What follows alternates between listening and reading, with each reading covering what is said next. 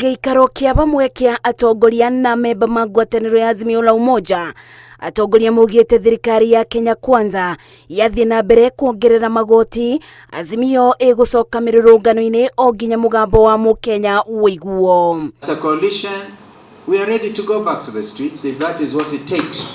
And I hope you are bold enough. I hope you are bold enough if they now go and cause aggression again on public participation. Makĩmenereria thirikari, atongoria aya morĩtie ambunge ma ngwatanĩro ya Azimio-OKA gũkagwĩthia ndereti ya watho wa kĩgĩna wona yatemanio bunge-inĩ kuona ĩgathikĩrĩirie mũingĩ magoti makĩrĩku. You have to prepare yourselves to vote a big no.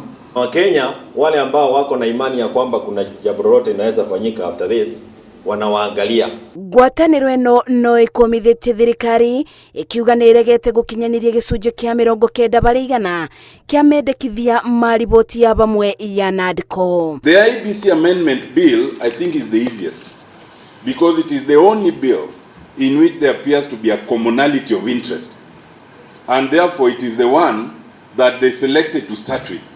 It was not even subjected to a discussion. Every single day you wake up and they've conjured another silly idea or just bad ideas. And they say that we in the opposition are required to push back on these things. What I don't understand is why can't you just do the right thing? Maya mokĩte rĩrĩ mũtaratara wa kũngania mawoni ma mũingĩ megiĩ watho wa kĩgĩna marathiĩ na mbere bũrũri-inĩ. Rĩrĩ bunge ya bũrũri ĩrethagathaga nĩguo kwarĩrĩria watho wa kĩgĩna. Mwena ũrĩa ũngĩ ngwatanĩro ya Azimio-OKA nayo yugĩte ĩcemba gũcoka barabara gũtabania mũrũrũngano kũngĩtuĩka watho ũyũ nĩ ũkũbĩtũka.